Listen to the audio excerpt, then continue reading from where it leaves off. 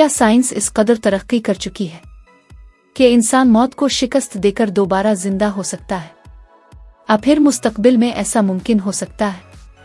अब तक ऐसी कितनी कंपनियां बन चुकी हैं जो मुस्तकबिल में मौत को शिकस्त देने के दावा करती हैं? अब कितने लोगों ने मरने के बाद खुद को उन कंपनियों के हवाले कर दिया है? और ऐसे कितने लोग हैं जो अपनी जिंदगी में खुद को उन कंपनियों से रजिस्टर्ड करवा चुके हैं?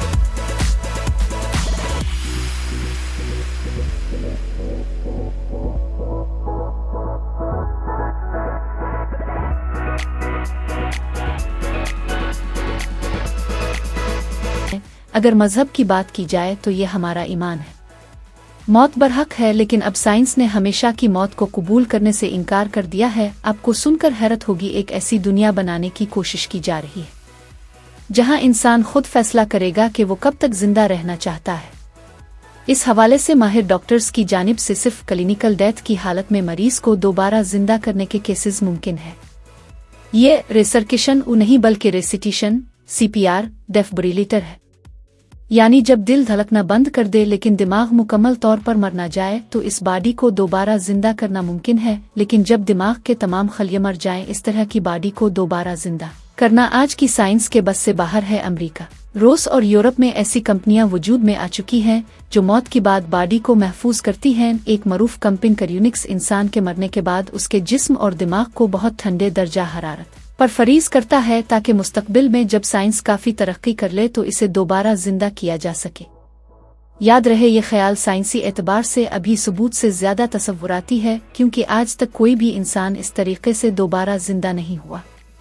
कुछ साइंसदान मानते हैं कि मुस्तकबिल में दिमाग को डिजिटल सिस्टम आर्टिफिशियल इंटेलिजेंस में कॉपी करके जिंदगी का एक नया वर्जन बनाया जा सकता है।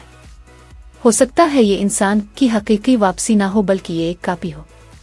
एक अंदाजे के मुताबिक अब तक 650 लाशें नाइट्रोजन की चीमर्स में रखी जा चुकी हैं। ये सब कुछ इंसान की अपनी मर्जी से हो रहा है, बल्कि वो अपनी जिंदगी में इस काम के लिए अच्छा खासा मुआवजा दे चुका होता है। उन चीमर्स में कुछ के सिर्फ दिमाग फरीज किए गए हैं, जबकि कुछ की पूरी बॉडी फरीज की गई है। आगे मुस्तकबिल में तकरीबन 5000 अफराद ने अपनी जिंदगी में ही ऐसे कंपनियों से रजिस्टर्ड हो चुके हैं। याद रहे, तमाम मज़ाहिब के मुताबिक मौत को शिकस्त देना नामुमकिन है। मुस्तकबिल में मुमकिन है कि बायोटेक्नोलॉजी और न्यूरोसाइंस इतनी तरक्की करे कि जिंदगी को बढ़ाया जा सके या फिर जहनी डेटा महफूज किया जा सके। आपको ये सुनकर हैरत होगी, खुद को फरीज करवाने के लिए अच्छा खासा मुआवजा वसूल किया जाता है। अपनी मुकम्मल बॉडी को महफूज करवाने के लिए 5 करोड़ 60 लाख वसूल किए जाते हैं, जबकि सिर्फ दिमाग को महफूज करवाने के लिए 2 करोड़ 25 लाख वसूल किए जाते हैं। बहुत से लोग अपने पालतू जानवर को भी क्रायोनिक्स करवा रहे हैं।